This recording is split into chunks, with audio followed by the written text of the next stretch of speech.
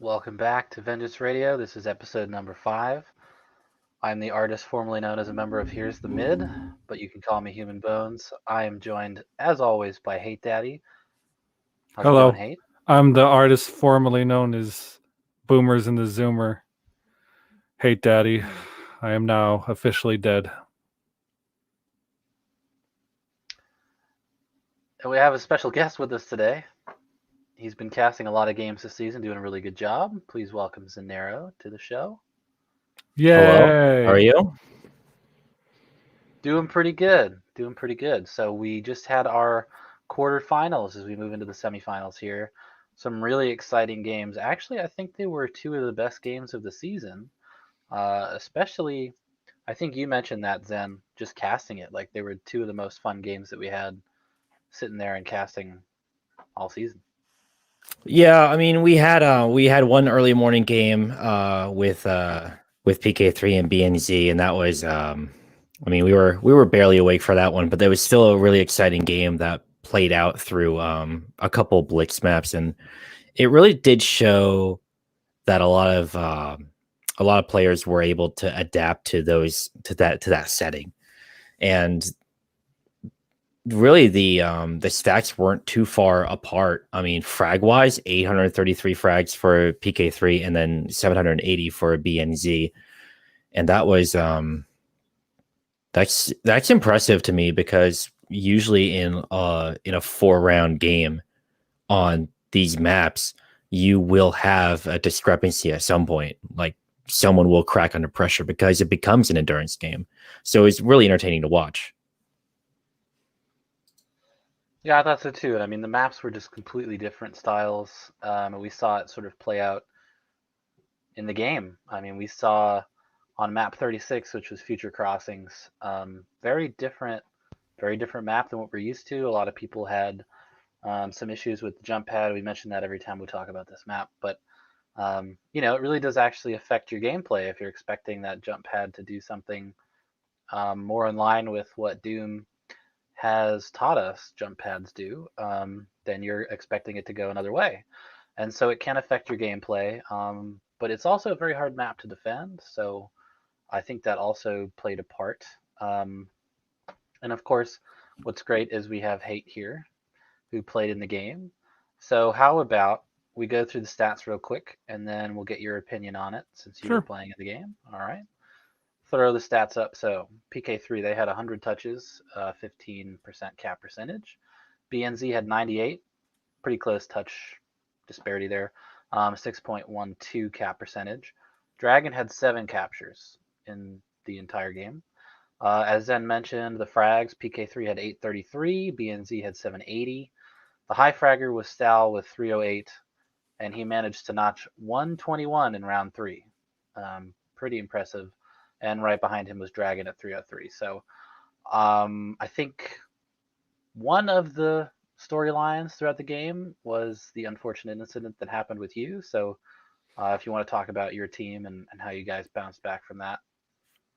Well, there's no bouncing back. We're dead.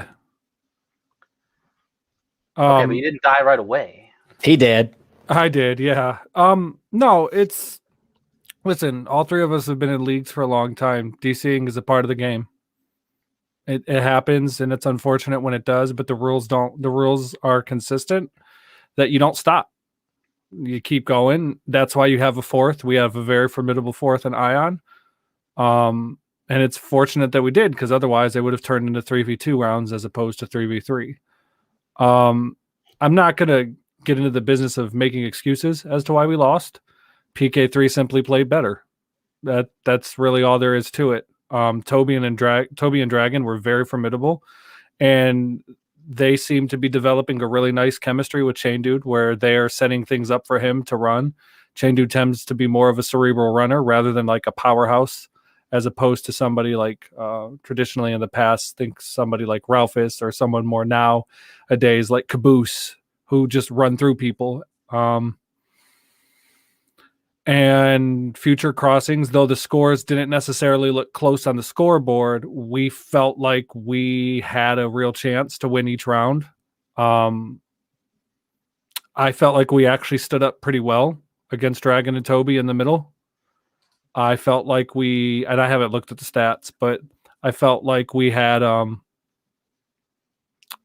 we were within striking distance of them with touches. The map tends to be that when two teams are evenly matched, you get into a lot of flag standoffs because no matter how good your defender is, it's very easy to overwhelm him if two guys rush in at one attack point at the same time. And if he gets a bad spawn, which there's 12 of them, so he's probably gonna, you're kind of stuck in a situation where it's like, okay, go get the other team's flag. That's the only option we have. And give them credit. They played that very well. And Dragon is a great captain. Toby's a great fragger. Chain is a long-time successful CTF player. Well, everything, really. And I felt like even though we lost, and we definitely envisioned us doing better than getting the 6th seed and getting eliminated in the first round, at the end of the day, I think it's still a noteworthy achievement. We were 3 North Americans playing on a European league against European heavy teams, and we still managed to get this far. And in my mind, we had the ability to win a lot of these games. And a few things go different here or there. Maybe we do, but that's just the way it breaks sometimes. And, you don't cry over it. You just get ready for the next season. And that's what we're going to do as all players. Stal and I are very proud players, as is Wiz and Ion. And at the end of the day, I'm glad that we got someone like Ion to get in. He played in the DML. He did very well there. It sucks that he was on our team and our schedules didn't mesh at all for us to get a lot of different lineups with him in, because maybe there was a lineup with him where we were at our absolute best. I'm not sure. As far as the games go, I've kind of already touched on 36. 31 was, there's not a lot to talk about. I know when I was disconnecting in round 3 and I had trouble getting back in, Stal really, really stepped up big time, and he knew he was going to have to. And I think he kind of put it all out on the field in round 3. And then in round 4, we haven't really practiced with Ion. And I think PK3 figured us out. And again, credit to them. They played better. They fragged better. And Stal didn't become He-Man in 2 rounds. And at the end of the day, I'm happy with their performance. It just sucks that it ended the way that it did. But again, North American team and a European circuit. So I felt we did well, and I'm really happy with how I played overall, as I am with Wiz and Stal and Ion. Yeah, I think a couple things that we touched on last week that actually ended up, playing out in front of our eyes was that I know I mentioned that Dragon and Toby did such a good job in the middle of map 36, controlling that sphere. But what we didn't talk about was Chain and his ability to basically extend plays. Mm-hmm. I thought when you guys had standoffs, Chain did like a really good job of staying alive with the flag and making it sort of impossible for anyone to kill him. I mean, that's his game. Really good, yeah, he had really good positioning in that map. So that, I think that played a big part, because I mentioned this on the stream. I think the reason why map 31 might favor you guys is because it's a little bit more controlled, right? And so they just created a little too much chaos. And of course, like you mentioned on a European server, and shots firing first and whatnot, PK3 is probably going to come out with the advantage the majority of the time. So yeah, that was one thing I wanted to talk about with Chain. And then on map 31, like, okay, you timed out, Ion jumps in. He actually did a really, really good job. Yeah, he was great. And I can understand why going into round 4, you guys are like, let's not mess with this momentum. Let's just keep it going. No, that's what we said. Well, my net at that point, when you DC like that, and what you guys didn't see was, because you're busy casting the game, you're not looking at who's connecting. I kept reconnecting, and then I just kept on getting timed out. Yeah. And by the time I finally did get back in, and I said, it's like, okay, I think things seem good now, but we can't risk it. Like, we can't risk me timing out in the middle of a map at a critical play. And then you're not, because it's good. It takes a couple of seconds for you to realize someone is timing out. Yeah. And if that starts happening, So it was just like, no, keep Ion in. Don't mess around with it. That's the right call. It was in, even if I played in round 4, look, at that point I had sat already. I didn't really get a chance to even warm up. Now you're messing with me coming in and kind of in a weird state. Would it have made a difference? Probably not. It might have been worse. So putting Ion in was the correct play, and leaving him in was the correct play. It just, we didn't have the schedule to practice with him as much as we would have liked to have. But that's the way it goes sometimes, man. You know, that's look, it's not easy to win. Period. If it were easy to win, you'd have probably the same 2 people winning all the time, and you don't. You have very balanced teams. I thought all 6 teams that were in the playoffs had a real chance. We probably had the most, the hardest hill to climb because of our seeding and our team composition. But, once you're in, you have a chance, but we didn't get it done. So yeah, I just, like I said, I want to spend more time talking about PK3 as a team, because I think we've kind of slept on them a little bit this season. I know they lost to SOS week 1, and I believe they lost, was it to GLF or was it to EDR? They lost to one of those teams. But it seems, particularly in the last few weeks, they've really stabilized. And the Toby and Dragon chemistry was never a question, but how would they mesh with Chain? And I think they found their stride. 36 is, nobody wants to see them on 36. I promise you that. The way they ran through TCO in week 2? And then week 2, yeah. And then, they beat us pretty good on there too, and we're a good team too. Nobody wants to mess with them on that map. And frankly, as good as Lang and Disparol are and their teams, I don't know that either of those teams want to end up seeing PK3 on that map either. No, it won't matter. EDR's gonna see TCO. So GLF is going to see them, so it won't matter. So it's going to be similar. They're going to have a similar kind of game plan. We discussed this a little bit, and so I guess we're kind of in this weird state where we're like previewing GLF and PK3 now. But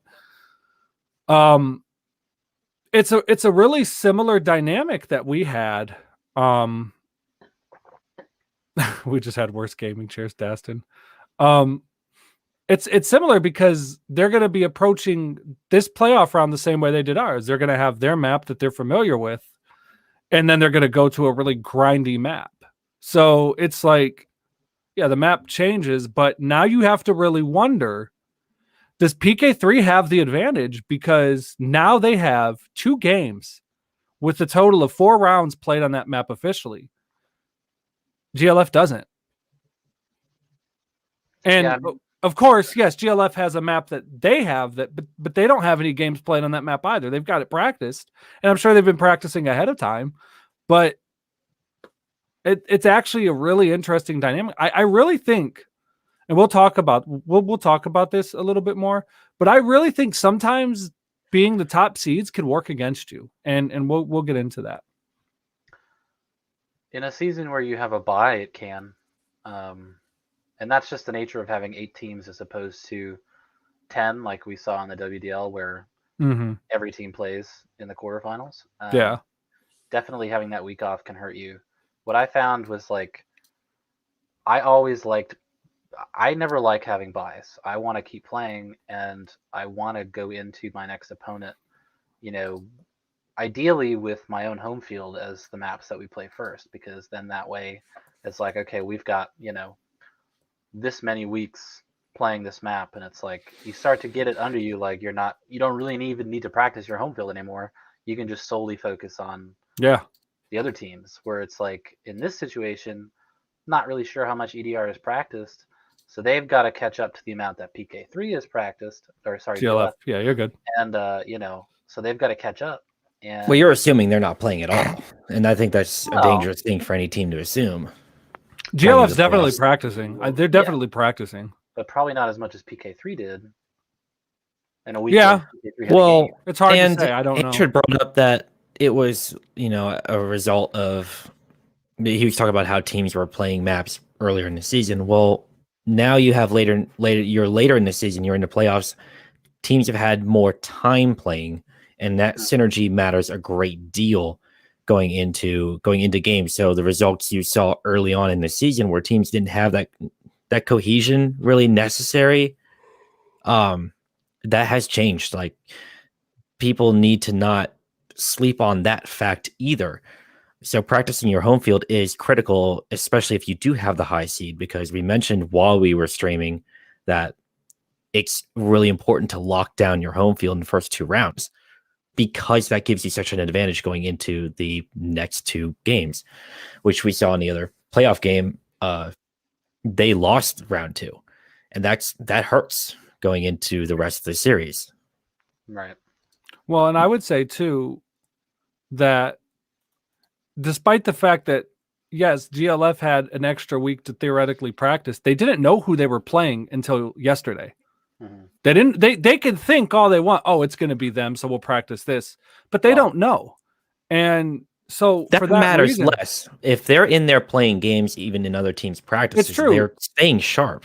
They're staying sharp, but the point that I'm going to really make here is that there's no practice or simulation for actual gameplay in an actual match. Because in practice, you're just playing probably, especially this time of year when teams are eliminated and aren't incentivized to play together anymore. And as you get deeper into the playoffs, you have less teams now because like half of them have been eliminated. You're at a point now where you're just playing, maybe against stacked teams in terms of the compositions, but they're not on, the chances are they're not on voice comms and they don't have chemistry with one another. So it's very different playing against them in practice, and it's a nice simulation, but it's not the same thing as playing against actual teams that are on comms together who have practiced the map and probably have a better feel for strategy. Let me put it to you this way. A lot of teams feel like they struggle in practices, but then they get into the games and they're like, yo, we did shit in practice, but we were amazing in the game. And that's why you practice, Hate. Sure. But that's what I'm saying. There's no simulation for what an actual game is like. Like, you can practice all you want, but if you don't have any games in the actual map against coordinated teams, it's not the same thing.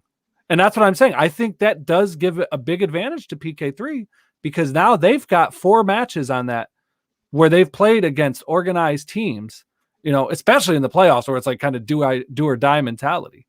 I do think that matters. Bringing it back to PK3 and BNZ, we did touch on the stats. Like say the frags were fairly close, but the touches were even closer.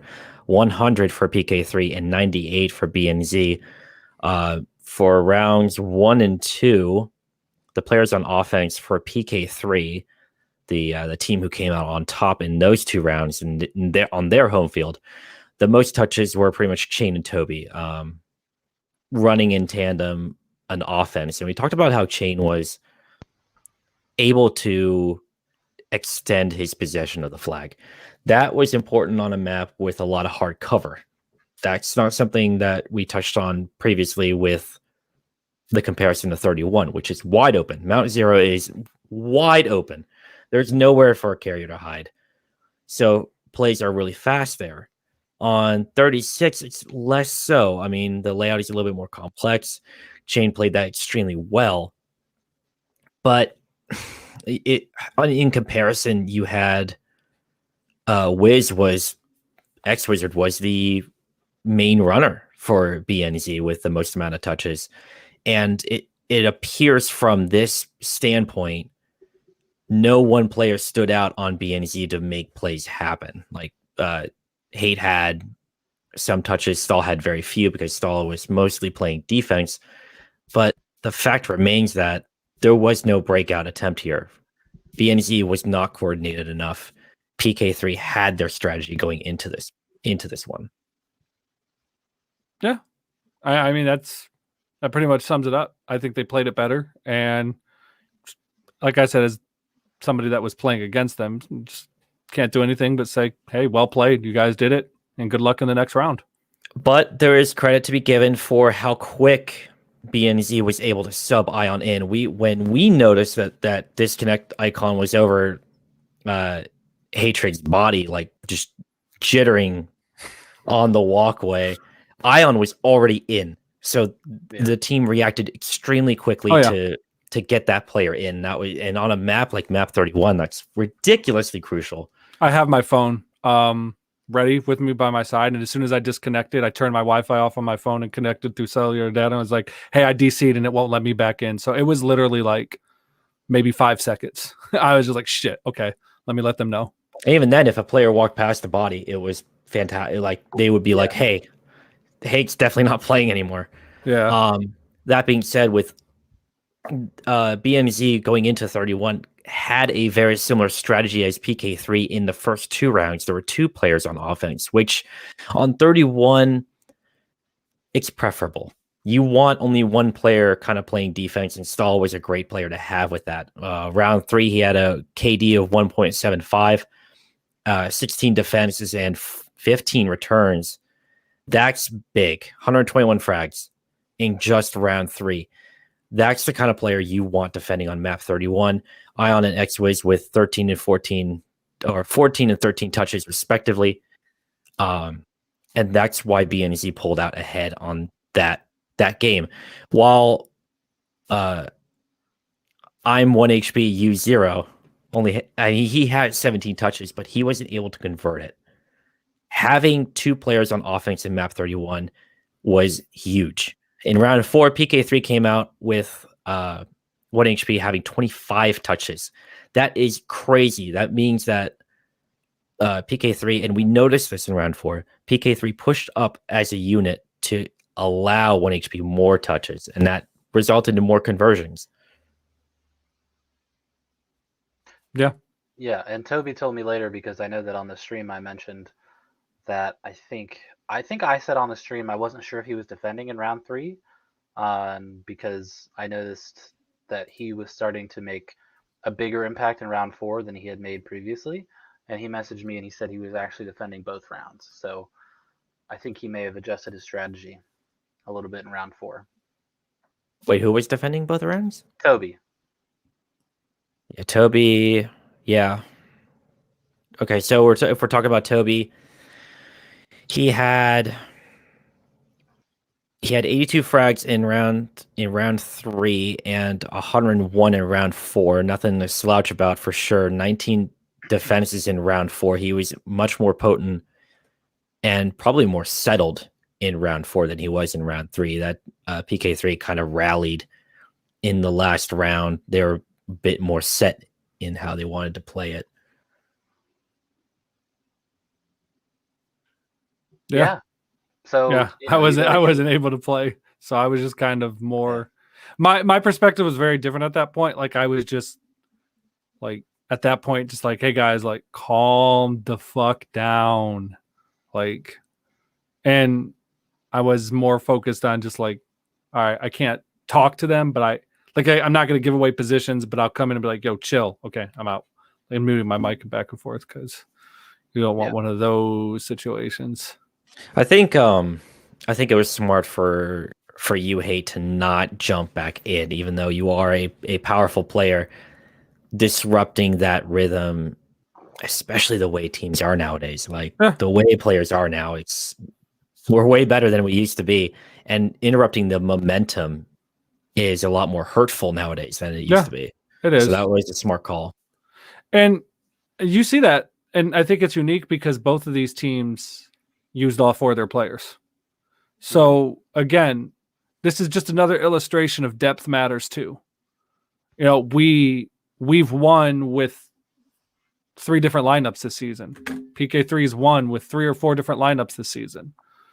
You know, sometimes it's nice to have that flexibility to say, okay, especially a team like PK3 that's like, you know what, 36, we've got Chain Dude, but if we've got to play on a map that, you know, we need lower ping and just kind of not brainless fragging, but just more consistency because of the difference in that latency, then we put in our lower ping guy. And that was an advantage to have Ion in. Ion probably did better at cracking their defense than what Wiz or I would have done, simply because he's not pinging 120. It's just unfortunate that round 4 things kind of just fell apart. But I felt whether I was in or not, there's no way to know that it would have made a difference. And the truth of the matter is when you lose the first 2 rounds on their home field, if you don't steal a round, like it's an uphill battle because now you have to win each game. Like it's do or die. So if you don't steal that, and I think any team going forward for the next, we're looking at 3 more games, the semifinals and then the finals. So it's pretty critical that if you're the team that doesn't have home field advantage, it goes without saying you're better off winning in game 1 or 2 than game 5. Or at least tie it. Yeah. Even if you could tie it. Yeah, exactly. Take away that home field advantage. And that's the thing about the system, that it's a point system that is different, because I believe it doesn't matter. But still, if you can even tie, that matters. So it's really and yeah. So we don't. I'm not again. I don't want to come on here and make it sound like I'm making excuses, but it's hard not to, because I was in the game. It's hard for me to be objective. I don't see it from PK3's perspective. I only see it from ours. Yeah, it's a rough situation to be in. I mean, you're playing and then you get basically kicked out. That also affects the rest of the team mentally. And speaking of mentality, like, coming back to winning on the higher seed teams map in rounds 1 or 2, that affects them mentally going into your home field. If you're the lower seed, that's very true. That's huge. And that, I mean, you lose your home field, it puts some doubt in you. Yeah. So that's something important to also take into account as we head into the semifinals. I mean, PK3 played well. They did what they needed to do. They won.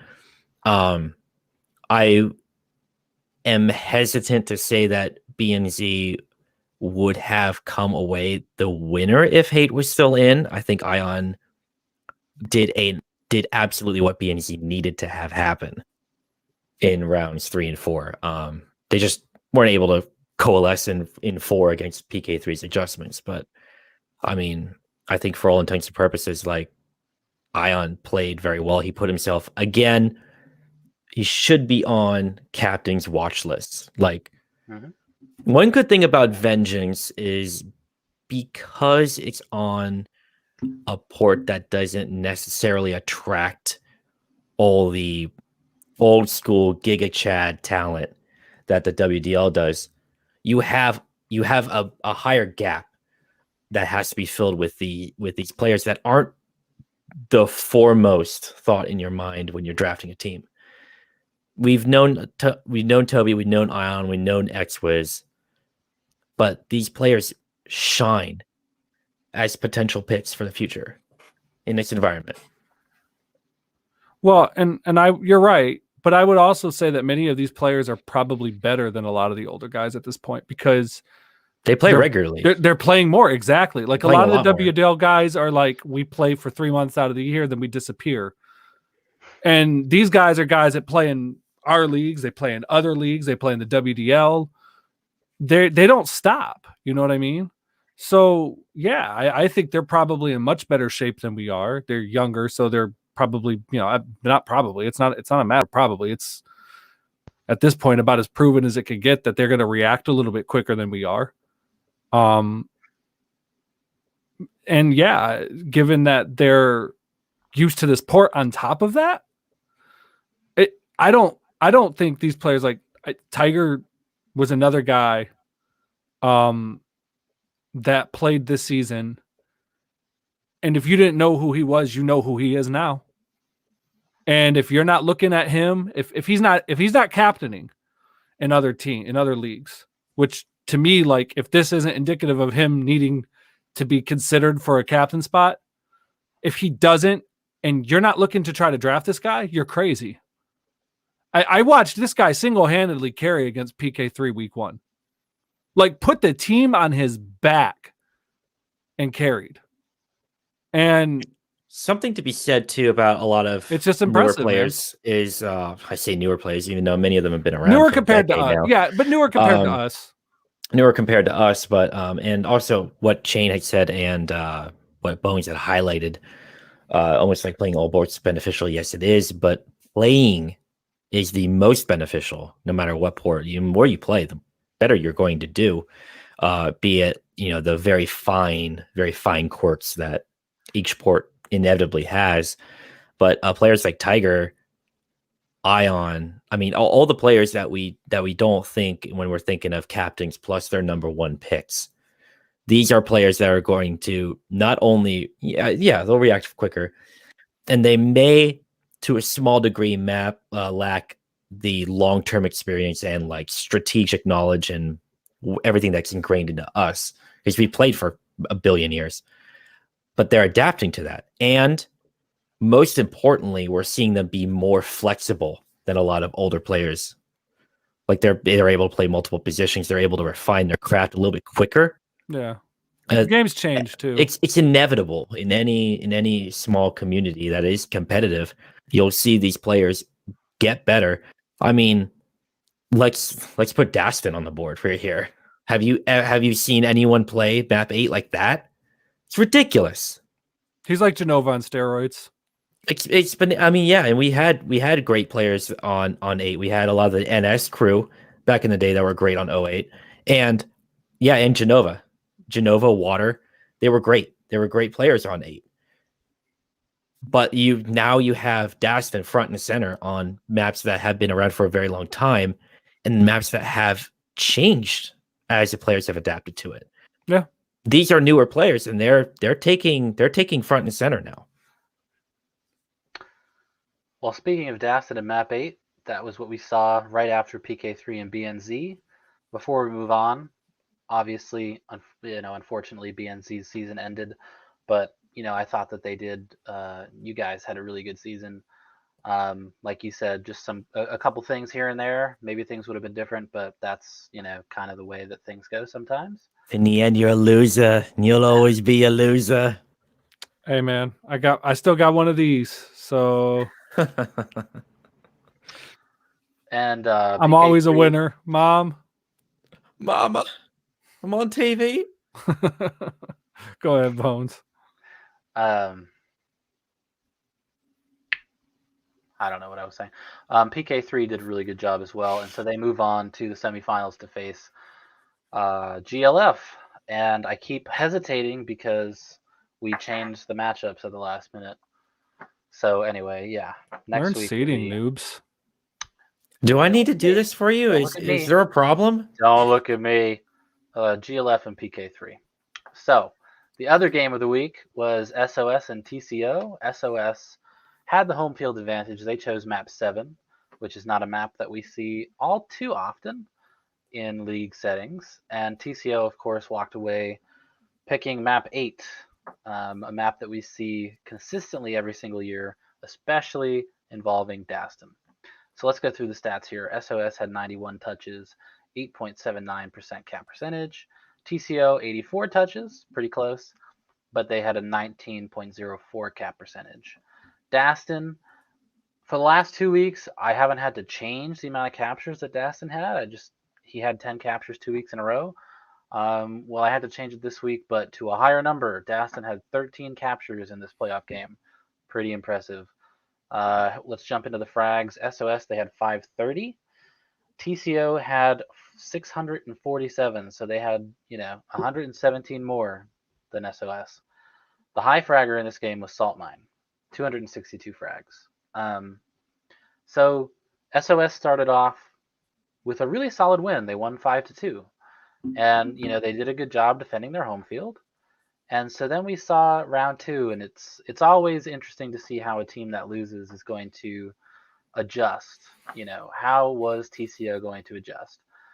Well, what they did was they took Saltmine and they basically said, you're going to go into TCO's base and you're just going to frag everything. That's what you're going to do. And then that freed up Dastin because Saltmine was getting in there and spawn fragging them. And so I think SOS became a little bit more aggressive than they had been in round 1. And so that left their base open. And I mean, by the end of that round, Dastin was just making these like fucking runs into the base that he wasn't being seen, he wasn't being shot, he wasn't being touched, anything. So it was a complete role reversal in round 2. TCO took it 5-2, same score. that SOS won by. And so obviously that's, kind of at that point your ideal scenario for TCO is to come back from a loss and grab the win, eliminate home field advantage as you enter into your own map. Now you get into map 8, and it was like in the first minute and a half, Dastin was doing his thing. I mean, I don't even think we managed to catch Dastin on the stream scoring until like after he had scored, and then we watched him suicide. Like Thanks, Dendronum. Yeah, that too. So TCO went up two flags, stuttering, 2 flags really quickly. And SOS didn't really have a chance. I mentioned it on the stream. It's like at this point, this round's kind of a wash. Like the momentum is just gone, and we've all played map 8 against somebody like that. It's like it's almost impossible to get that momentum back. So you almost have to start kind of like thinking about what you're going to do at the start of the next round, because your best bet is to probably, try and grab that momentum first. And so, yeah, TCO took round 3, round 4. We saw SOS do a little bit of like a 2D thing where Slayard was still defending, but he had help, a lot of help, and that really worked for a little bit. They slowed the game down a lot, basically to a crawl. Nobody was scoring, but the problem with that is that, if you slow it down to a crawl, you still have to score because you're not going to stop Dastin for 10 minutes. You're just not. And Tiger, unfortunately, wasn't really able to get out with any flags. They were able to get some out to the middle, but not across into the base until, kind of like garbage minutes. So TCO eventually broke through, Dastin scored, and then it was like the floodgates from there, because now it's round 4, SOS is down flags. This is the last round. They got to do what they got to do. So TCO really, really stepped up after that round 1 loss, and they won the next 3 rounds and took the game in 4. I got to give a lot of credit to SOS for their season, especially Tiger. We've already highlighted him a little bit. The first guy to approach Dragon and say, I want a captain. Drafted a solid team, made it to the semifinals, had a chance to make it to the semifinals. Really good job. And, you just went up against some freak in nature named Dastin and map 8. So, yeah. Has Tiger captained before? Anywhere? I don't know if he's captain in DML. That's a Despero question. Or a tie question. Someone or a Dastin question. Yeah, someone will show up with that, but even still, like, captaining it's a task. I mean, not only do you have to pick your players, but then you have to make them all synergize. And that's even more important as the years have gone on. Map 7, I can't give you much map theory on it. Ta-da. There it is. Fantastic. That's why we have a community, so you can do our work for us. Thank you. Map 7 I know less about, but I'll give it a shot. I mean, we saw that it was very wide open in the middle. We saw that the base was a little bit more complex. There was some hard cover, and the spawns were still relatively close together. I think the strategy of going in there and just wreaking havoc not only limited their defensive and offensive options at the same time, but it put pressure on them to deal with that problem, and that cost them not like lives per se, but it cost them time. That's the most valuable currency in capture the flag. With a map like that you have a point of view from end to end, almost from flag to flag even. You have to be able to control the entrance to your base, the main entrance, and they were not able to against what TCO threw at them in round 2. Round 1, honestly, it's a lot closer than the stats show. It seemed like TCO didn't really have their strategy together per se, but I mean, TCO got almost 30, they got over 30 touches combined. They were in the base. They were making things happen. They weren't being stopped by a long shot. There were a lot of flags that were dropped at mid, and they were surrounded by members of both teams. That's critical. That means that the game could have gone completely either way in round 1. Comparing the frags in round 1, 191 for SOS, who came out on top, 219 for TCO, showing they were far more in control in terms of damage output. But I mean, round 2, that it flipped. The score went 5-2 for TCO. There was a little bit more gap in the frags, 234 for TCO and 187 for SOS. But the amount of touches, oddly enough, 34 for SOS, who ended up losing. It's like the team with the most amount of touches ended up losing that, which is kind of odd, but it ended up how they converted it. Yeah. Salt Mine with 91 frags in round 2 deserves credit there for absolutely wreaking havoc at the foot of their base. We saw him a couple times just sitting there blasting everything that came out of that base, and that put a great amount of pressure on SOS. Yeah, and I would say too, and you're absolutely right to point out Salt Mine, and we talked about Ion, we talked about Tiger. These are guys that are maybe a lot as established as some of the other players, but they really made names for themselves this season and other seasons in the DML, and perhaps even the WDL. But Salt Mine is another guy that people should watch out for. His performance in round 2 is probably the difference. If you look at round 1, he only had 64 frags to 77 deaths. Whereas in round 2, he has 91 frags to 69 deaths. So he's dying the most, but he's also killing a lot of people before he does. So it kind of tells you that, it's telling you that he's getting pressure. Well, was he mid or was he D? He was mid. Legion was D, and I'll actually want to throw credit to Legion for this too. He had 18 defenses in round 1 and 28 in round 2. That's ridiculous on a Blitz map like that. Usually you see the flag and it's gone.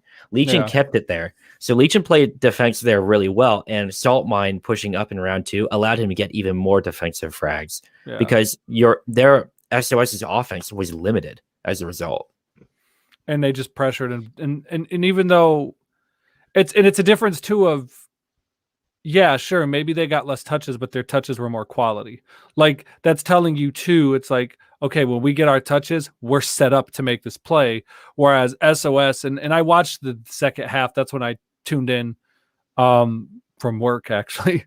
I tuned into the second half of round 2, and what I saw was just, it was like a surgical approach for TCO where Salt Mine is just in the front of their base, just killing everything. And I thought it was D. I was like, Jesus, the pressure is unreal. I didn't realize Legion was D. But they had things set up for Dastin to come out constantly. Whereas when SOS was getting touches, it was just like frantic, like, holy shit, we need to get touches. Like, we need to just pressure them. And that works if you're able to get control of your base. It doesn't work if you don't have control of your base. Yeah, SOS's touches, like their best touches where they scored, were actually when Slayer had left D and said, fuck it, I'm going for a run. And he scored like 2 or 3 times doing that. Yeah. Which is like a total tie move. But that can work. Like, calculated runs from a D like that can work as long as you communicate them. And as long as you play with a team that knows how to separate, that knows how to rotate. But some teams don't. It's really scary to do that on a Blitz map, though. Like, it is. Defenders leaving in a really close quarters Blitz map like 7 is like, they're tempting fate, because if a defender gets caught out and the rest of your team's dead, that's practically a free capture at this point in a league. Like week 1, sure, try everything, throw it at the wall, see what sticks. Not so in a quarterfinals game. I mean, Slayer leaving became a problem, and Dastin did mention that that him and Salt Mine were doing tandem runs in round 1 with 14 and 15 touches respectively. It worked to a degree, but it shows that adapting your strategy to a level where, like, hey, instead, I'll just run, I'll get touches. You put pressure on them, make them deal with you, so I can get more touches, and that worked beautifully. I mean, Legion was able to defend effectively. Salt Mine was able to just sow absolute destruction everywhere across the map, and Dastin was able to get in and out.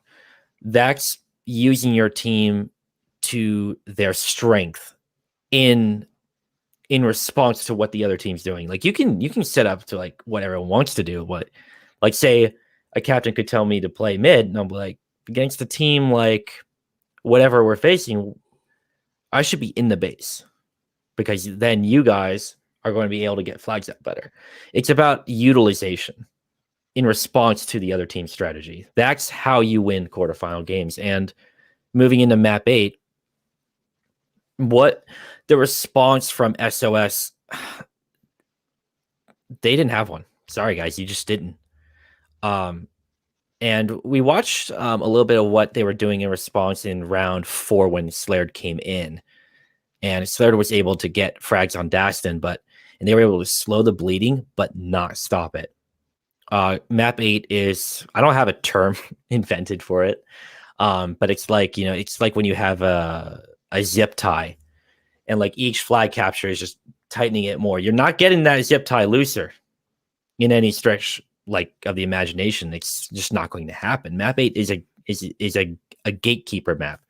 Like if you let the team get out with a flag, if you don't have a response for that, you are going to lose. That is map 8. Yeah. There's not much to say there. I think you just got caught. I mean, I thought SOS maybe had a legitimate shot at taking a game on map 8, but I think Bones touched on this, and both of you touched on this actually. I think losing that second round really damaged their psyche. I mean, SOS, if there's one thing you can say about them, they are not nearly as experienced as a team like TCO is. Legion's been doing this for a long time. Dastin at this point's got a lot of experience under his belt. Saltmine in second or third season in a competitive league, I think.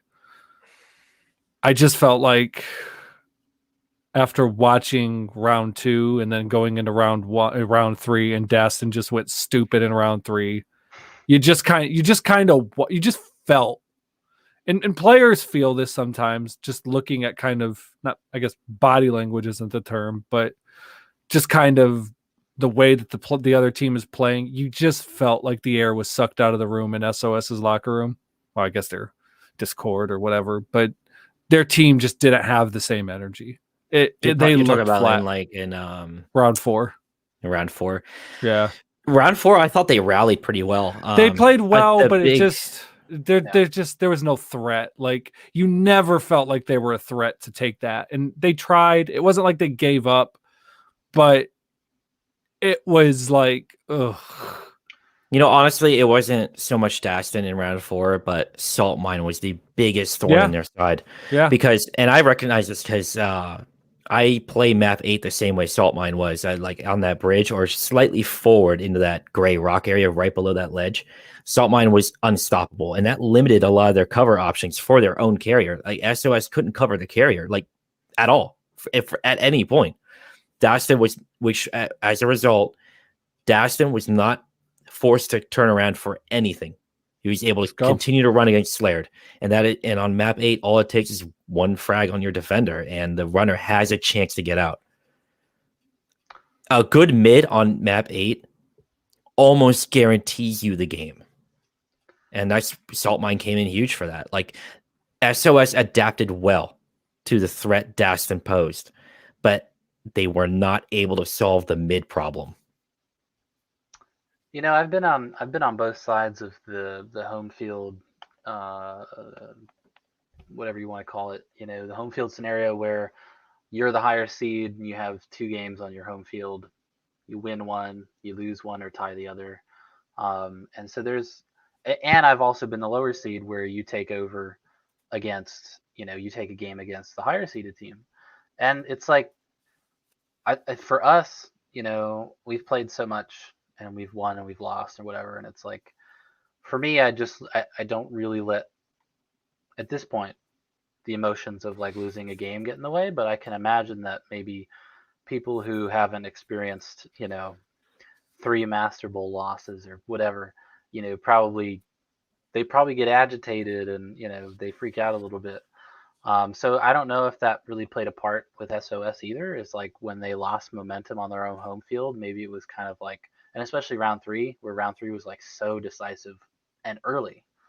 I don't know if that played a part in, their ability to bounce back, but I think you have to look at that too, because TCO had a lot of veteran guys, as you mentioned, Legion, Dastin. Yeah, they had Saltmine, who is new, but as long as you have that veteran presence, you They have guide like them. that. Yeah, you have that calming voice. SOS didn't really have that. Yeah, kind of that pillar. Yeah. Yeah.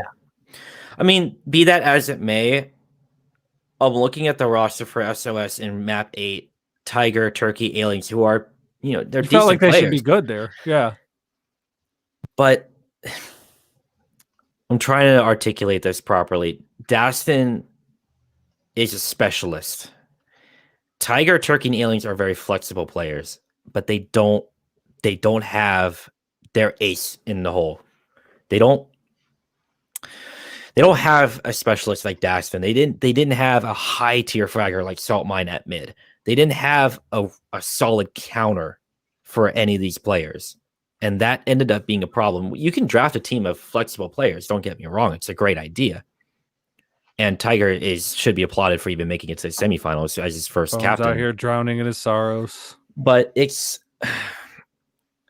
tough on when you get to technical maps. It's pretty tough. And any team looking to play on technical maps, in fact, you should plan on playing a technical map at some point because the team will pick it against you. Yeah. Well, and it's hard. It's hard to do. Yeah. It's like perfect that you bring that up because now we're looking ahead to EDR and TCO. And you really like there's a part of me that's like, shit. I want to see that game. Yeah, that now game you're like something, dude. We thought EDR was going to kind of walk away with this thing, but now you're like, boy, if TCO gets around on one of those maps in round 1 or round 2, fuck, EDR's in trouble. Because I don't know if EDR has the team to win on map 8. I really don't. And I thought SOS was better equipped to beat them than what EDR would have been on map 8. So it's not one of those like wacky maps. Like no, it's 20, dude. Like right, yeah. This is a map everybody knows how to play. Yep. Which is fine. Like that's okay. That's a safe generic pick to take. It you built around your team, but there's drawbacks to it. A lot more than there would be if you were not PK3 picking a map. Is that right? They're playing EDR. I thought the bracket was different. Is that the change you were talking about, Bones? Yeah. So people don't know how to do seeds. People. There's one bless person. America. One person. Okay, not me. Okay, so for those who don't know, EDR, Educated Drug Dealers, they are the leading team in Vengeance League Season 3 with 4 wins, 0 losses. They have not been defeated in the regular season. They have not been tied. They have only played 9 rounds. They have pretty much swept almost every game they've played. And their opponent is TCO, the chosen ones that we were just talking about, Legion, Dastin, Saltmine, Agistil. They'll be going up against Disparel, Shane, Sharp, and Samurai. What is EDR's home field? Map 20. I should just let Xen host the show. Look, I got a little bit of practice with it. Map 20, that is that's the map with the river in the middle. What's that damn map called? Cold Sweats. Man. Look, I only know numbers. I'm a stupid doomer. I don't know how to play. Help me. Cold Sweats, another technical map actually, because people have been starting to rocket jump over the mid. And that's a great map for mid domination. That map is Samurai was dropped out for Dosu / Hardyween. Okay. And that's a good pick, honestly, because I don't remember the fact that Dosu is sitting there in free agency and nobody's picked him up. It's ridiculous, to be honest. Dosu is a very, very capable player, very flexible player, can fill in the gaps. It's like he's like a gap filler, the spray gap filler. But both teams are extremely good there. I would say both teams are pretty defensive, apart from Dastin being able to rocket jump very well. Disparel is also a very strong player who can spearhead through another team's defensive line. So map 20 will be played first, rounds 1 and 2. That's I can't predict an outcome with that because that's going to depend a lot on base pressure. What we were talking about with map 7 being how the front steps of the base were being dominated at one point in the game, that will be what you're looking for in that semifinal match to kick it off. That's going to determine the pacing of the match. That's going to determine the momentum going into map 8. Yeah, I mean, okay. So look at map 20. I mean, as we've mentioned, it's a map that everybody knows really well. But a lot of people also don't. I feel like they misjudge how to play it. I mean, what we've seen more recently, and not just this map, but this map is a good example of it, is the rocket jumping. So if we go all the way back to WDL Summer 2020, I played a playoff game on map 20, and I still have this moment in my head that I think about is like the round was pretty much over. We had lost round 3, and we were basically just like throwing people at the flag. And I was sitting in front of our base, and I just saw Chain go flying above me, like fuck, there he goes, he's gone.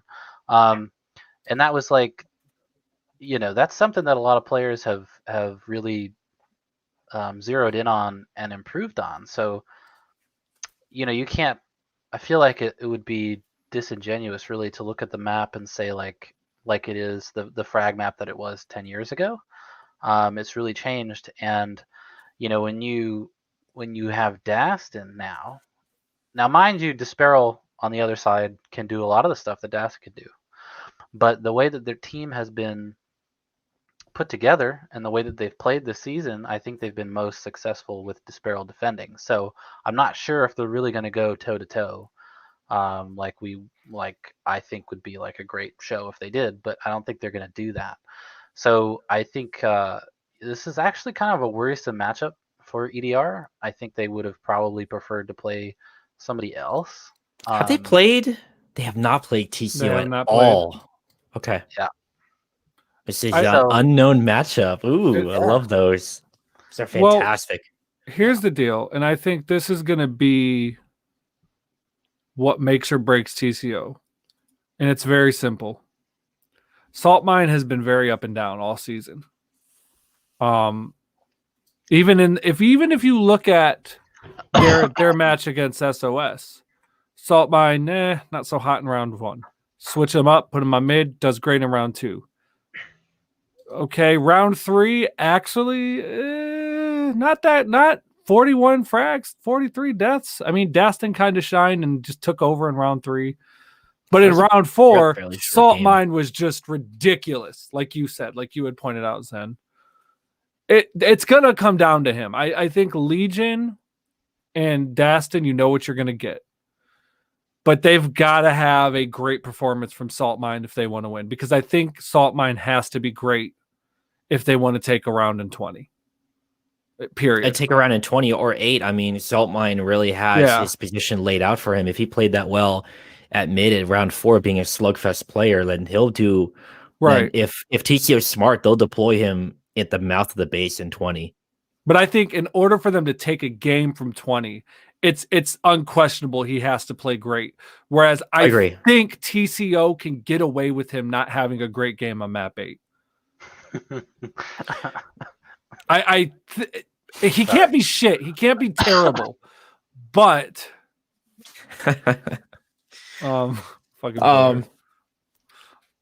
but yes, that's my point. Aside from loving Doom, and I completely think that's agree. What it comes down to. It's going to come down to whoever's at mid in those maps, because the mid, okay, so map 20 and map 8 are going to, they're technical maps for the runner, but for support and control, all the pressure is on the mid. All and of it. For defending too. And for defending, because they got to set up for D too. Well, yeah, because in 22, I'm thinking about the spawns in 20. You'll get burned. Your first death, you're done. That's it. The runner is gone. The mid is going to have to be able to turn around on a dime. No binds, please. No turn 180s allowed. And you're going to have to blast whatever carrier is coming flying out of the base at Mach 5. it's going to be up to the mid and for both teams, unless they're able to somehow do some tandem 2-0 setup, janky setup thing, which would leave them defensively crippled. It's hard to do that on 22. It's too cramped. Yeah, it's really tough. You're more at a disadvantage. I want to see a team pull it off, but I think with these two teams, you're going to see the mid. It's going to be a battle of the mid players. There's a couple different ways that you can play map 20.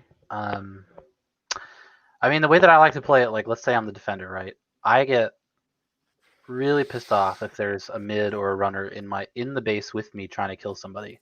I'll let you know if I need help, but the base is so small and you go so quick that it's like you just got to get the fuck out of the way, right? And so depending on how the map is going, you can either sit back and you can defend sort of by the flag, or you can play more of that like really aggressive where you're basically on the other side of the map, with your mid player basically sitting in front of the enemy's base. So, I mean, it's really going to depend on which team recognizes what the other team is doing first and reacts to that, because, it's a pretty straightforward map. We're not looking at any kind of like, crazy sneaky runs. You might see some rocket jumps, but for the most part, the strategies are pretty straightforward. So. Yeah, especially more on 20 because, okay, comparing 20 and 8, there's a lot of routes out on 8. You can use the sides, you can use the main entrance, you can use that but you got to alternate be able main to entrance. rocket jump. You got to be able to rocket jump. You got to be able to communicate with your team because you don't have line of sight to anywhere. Map 20, however, I agree because Sorry. what's wrong with you? Functioning alcoholic. My God, I can't believe it. One drink on a Monday night, okay? I count 4. We talk about it. Time for an intervention. Intervention stream here. You're out of control. All of these decisions that I've made in my life have led me right to this point. HumanBones, more like alcohol bones, because they're just full. I am liquor. very good friends bones. with Dew, and so I have red wine with me at all times. This red is the wine. problem. Is that what we're calling it this day? Is that just red wine? Yes.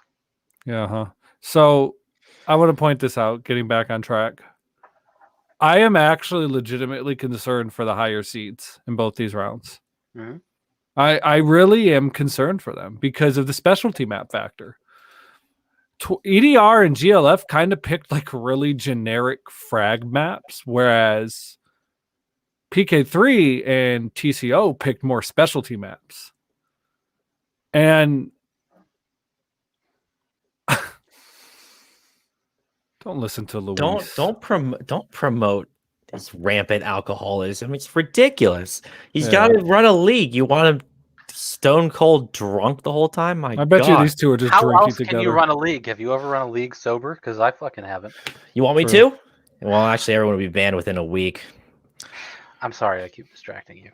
But yeah, I think it's interesting. We really are in a state where the top teams, I'm concerned. I would not be surprised if we saw a TCO PK3 finals.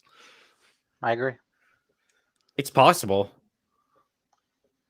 I don't, and to be clear, like we're going to be wrong. Like fucking EDR and GLF are going to win 300,000 to 0 and just like shit on all three of us. And, because we're like boomers and we're going to die in like 3 days, they'll probably like pee on our graves because we didn't predict their success. But I'm still in my 20s.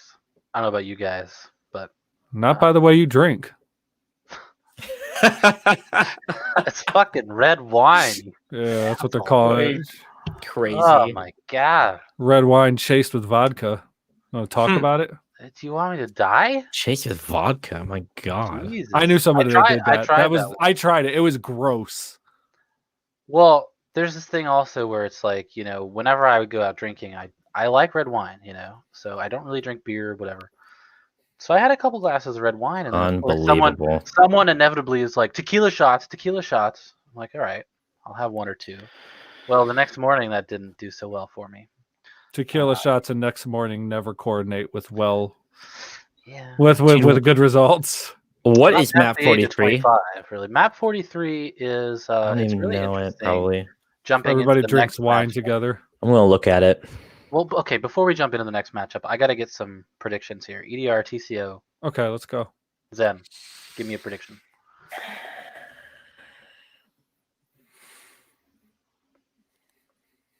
TCO in 4. Ooh, okay. I think EDR is going to get thrown off. I think they'll probably win one of their home field maps, but I think TCO will adapt and start to deploy that specialization that we saw towards the end of their quarterfinals game. I would put the pressure on EDR to adapt. EDR might show up and crush like they did in the regular season, but I think that they might have to play on the back foot for a bit. So despite the doomsday apocalypse that I've been predicting for EDR and GLF, I am actually going to take EDR in 3. I have been saying that Lang is my league MVP for the regular season, but I still think Despero might be the best overall player in the world right now, top to bottom. And since that's the horse I picked, I'm going to ride that horse into the sunset, and I'm taking EDR in 3. Well, hopefully your horse doesn't suffer from a broken leg and has to be shot, because Lang actually went on a record and said that he does not want to play map 8 at all. Well, he won't have to because EDR is going to sweep. That's not what. It's not how that works. What do you mean? Are they playing 3 rounds of map 20? I'm telling you. Well, Lang's not playing against TCO. And EDR. Oh, God damn it. That's right. I'm thinking GLF is. Oh, my God. Yeah, you've been having too much wine, too, apparently. No, so, I need to start drinking. I know where I am. So, no, I do. I think. Ride that horse, boy. I think EDR is going to just fucking smash TCO in 20 in round 1 and round 2. And then I think they're just going to just escape with a win in round 3, and that'll be it. That's what I see happening. Here's what I think. EDR is going to win in 5. I think EDR's got map 20 down. TCO is going to come out and Dastin's going to do some fucking, prehistoric. I don't know what he's going to do. He's going to do something crazy. Prehistoric. Yeah, that was the wrong word to use. Don't think about it. Are you drunk? No. Dastin's going to come out and do a really good job on map 8. Both rounds of map 8. And then we're going to go to a round 5. And, EDR is going to take map 20. And this is where home field advantage is actually going to come into play really strongly for EDR. So ER in 5 for me. Do you think EDR just defends home field, or do you think they steal a map for both teams? I think they just defend home field. I think TCO and Dastin are just completely unstoppable on map 8. All right. I'm sticking with it. So the next game, GLF PK3. Map 43, Slave Machinery. We saw this last season of Vengeance. Mm-hmm. It was part of, it was one of the maps that people could vote on and play. So I think maybe it got played in 2 games or something like that. It's like Toxic Refineries 3, kind of. Yeah, it's interesting. It's got an armor there, up a couple steps, and there's like a green armor's in mid. Yeah, so it's pretty interesting. A pretty interesting choice from GLF. I think it's always interesting when a team picks a map that isn't in the regular season, because then you really don't know what's going to go on. So this is kind of a great matchup. You have a map that nobody's played, and then you have map 36 Future Crossings. It's a really interesting playoff matchup. GLF, of course, has had the last week off. They did very well in the regular season, positioned themselves into the 2nd seed. But, how are they going to perform on map 36? We haven't seen them do that. They did not play that map that week. So how are they going to do on that map? How are they going to do on their own map? I mean, we don't know. We have nothing to base it on. So it's a really interesting dynamic that we have here. These are both pretty short maps. Yeah.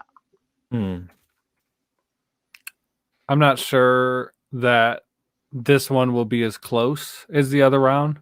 Despite the fact that I think 36 is a specialty map, I don't think it's a specialty map in the same way that map 8 is.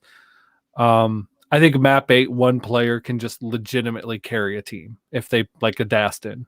Look back into the past, like somebody like Estelle or a Water on defense, or a Genova running back in the day. I don't think that's the case in 36. I just think 36 has the team that's built really well for it.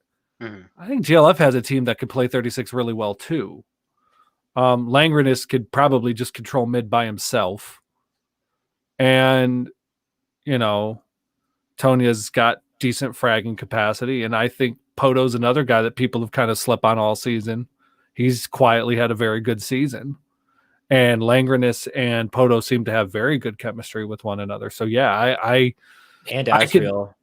And Azriel as well. And that's the thing. Like, they have the benefit of swapping, in Azriel if they need to. And Azriel is a guy that can just go crazy at times too. So Azriel will probably be their starter. I don't even know who Togna is. Well, I think it depends on the map. I think Togna is going to give them is going to be better for them on a frag heavy map because of the ping. But I think Azriel will probably play in 36. He's a little bit more versatile, more experienced. I think he's an efficient fragger, and with Langrenus up front with them, I think they just probably have just what they would need. So I actually think that, again, despite the fact that I'm concerned because of the specialty factor, I think what is the specialty factor? Like, what are you talking about when you say maps? That the fact that I consider like 36. Well, I consider 36 and map 8 to be more specialty maps and more like generic style frag maps, like a map 20 or the slave machine map. Those are more kind of just fraggy, get in, get out maps. Whereas map 8 takes either a really coordinated team or having like a specialty player in that map, or 36 is like, again, a team's kind of like built for this. And so that's what I'm calling them. This is by no way, shape, or form an official definition. But I think that map 36 and PK3 fit really well together. Map 8 and TCO, it goes without saying. But I think GLF can play map 36 well too. So I actually don't. I think PK3 can give them a fight. I wouldn't even be surprised if PK3 took a round on theirs. So this could totally go 5. But I think GLF will win this one too. I think it'll be a little bit of a slugfest, but wouldn't be surprised if GLF even 3-0'd if they just said, yeah, we're going to win the first 2 rounds and we'll take yours too. But we'll see. I have to object. Object? Or at least, well, not object, but give a differing opinion, because I think, as you mentioned earlier, a lot of people have slept on PK3 all season. Yeah. And my experience, I've played many times with Dragon. I played with Dragon and Toby. They just have this ability to, like, first of all, they love to practice, and they have this ability to figure out these little things that I would never think about during a game. They'd be like, well, we can do this, and this cuts like 2 seconds off, the time that it takes to score a flag. I mean, they're always thinking about little ways to have advantages, and that paired with their synergy goes a long way. Now, map 43, Slave Machinery, I mean, it's not a commonly played map, but I've seen them both play it. I mean, they both played it. It's not an unknown map. It's not like we have 2 map 36s on our hands here. I mean, I think that's going to actually play to the detriment of GLF, because I think PK3 is the more solid team. I think they've got, 2 solid. I wouldn't even call Chain a third, but they have Chain, who they've used through a lot of the season, and they have IM1 HPU0, and he is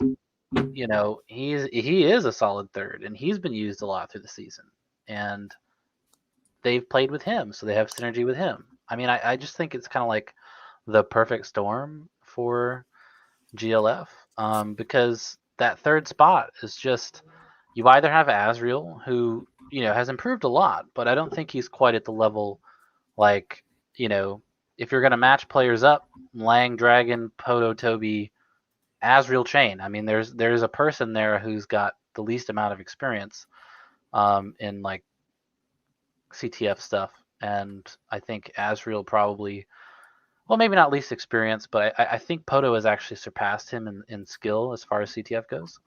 So Asriel's really the weak link in the lineup, and I think that it just doesn't fare well for GLF to go up against, those three guys. Yeah, they might perform better on map 36, but I mean, I just have to look at the lineups against each other. I think if we're going to take the maps face value and the teams playing it, there's a weak link in the game, and it's not on PK3. So I think PK3 is going to take it in 4. All right, Zanero, you settle it.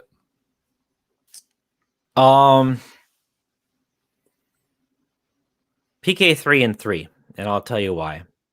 Ooh. So we saw, and a good chunk of this is coming from what we saw GLF's map, which I just took a look at.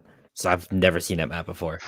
And thinking about it, it's a lot like map 31. It's very short, end to end. It's very open. There's a little bit of hard cover at mid, but the spawns are pretty strong. And like what did PK3 do at map 31? They just applied just crushing force. I don't know if like Lang and Poto are really good. Like Poto is like their main runner in GLF, and Poto gets a lot of touches and can be backed up by Lang. Azrael or Tugna, I don't know if they can withstand a full force of pressure. With that, it's going to be a slugfest map, and I'm not sure. I mean, we have seen Dragon, Toby, 1 HP, and Chain all play very well on those types of maps, and we know they play very well on their home field, especially Chain. Like I don't think they won't run Chain, and Dragon is very, very strong on a European server. It's not something that I'm not sure GLF is ready for. I think they're playing into PK3's hands here. I think they'll be immediately faced with a blitz team that has already come away as a very strong map 31 team. Yeah, sure, they lost round 3 against BNZ, but only to time limit, like only barely. Then they adapted like champions, and the pressure they had was absolutely insane. And Ion Style and X-Ways are not a slouch team at all. Now they're going against GLF on their home field, which is much the same map. There's not a lot of hard cover. There's armor to control, and I mean, I don't see a way out for GLF. I would like to be proved wrong, but out of the 2 semifinal games, I think this one is extremely dangerous for the higher seed team. Well, you're both wrong, and I'm right. Stealing a page out of my book, huh? Come on, man. You don't have to say it. We'll see. I think that, you know what? I'm excited for them. I hope I'm wrong. I hope neither games are sweeps. I hope they're great games, but time shall tell.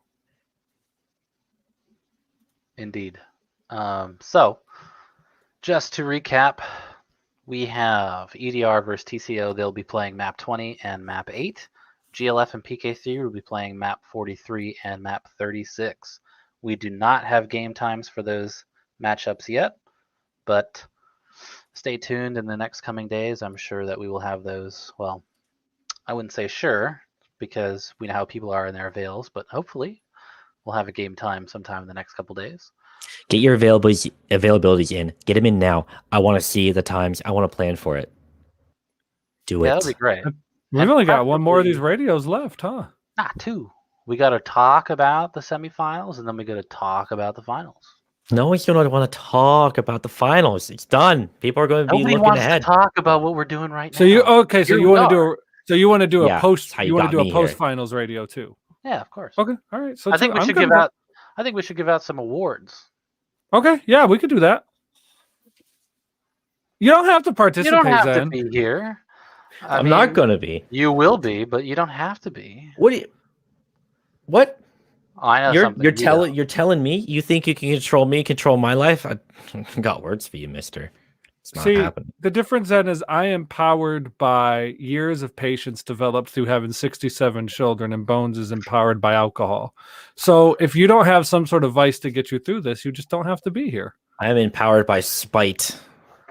Well, there's nothing to be spiteful about. I have one bottle I hate of wine. you.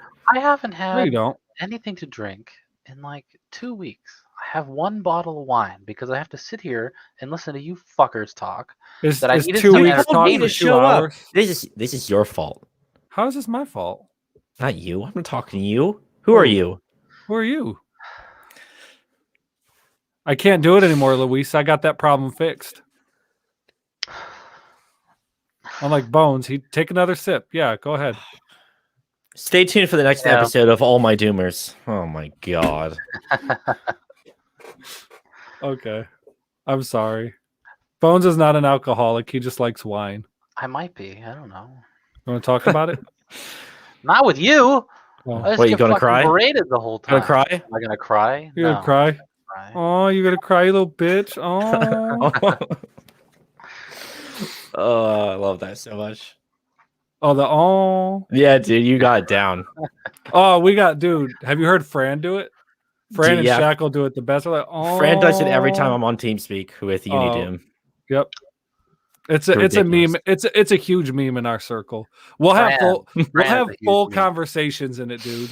We'll just like moan the entire time. Fran is the most normal doomer, I'll remind you. You know, there was a game that If I Fran had last, is, I'm scared.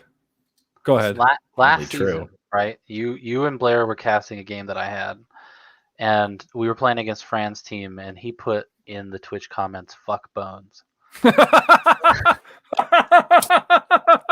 I can hear him too, man. I can hear. Yeah, fuck Bones. Oh, dude, I think I remember that. That Well, was this is a guy that convinced me somehow to change the cheese when I went to Philadelphia. He was like, "No, you should get provolone cheese on your Philly cheesesteak." And I was like, "All right." And everyone else was freaking out about how fucking good their fake ass cheese was. And I'm sitting here eating this fucking melted provolone. I will never forget that. That was bullshit. wow. Fuck you, Yo, Fran. you're just stupid, Bones. Damn. Yeah. Organ grinder, Bones and Fran. Yeah, it's true, Maybe. man. Fucking provolone cheese was. I don't think grinding I've my ever organs. seen Fran actually play Doom. Okay, never mind. I saw him play Doom for the first time last summer. That's the first time I've seen him play Doom. It's not a bad player, You actually. just have to motivate him. He has to care about it. Fran is a doofus. Fran's hilarious. Yeah, I love him. Love him to death. Meatwad. SSG Hammer. Oh my god. That's right. All Okay. right. Well, this has been Vengeance Radio, episode 5. Thank you, Zen. Thank you, HateDaddy. We will see you guys next week after the results of the semifinals matchups: EDR versus TCO and GLF versus PK3. See you guys later. Later, Bye, friends. losers. I'm out of here.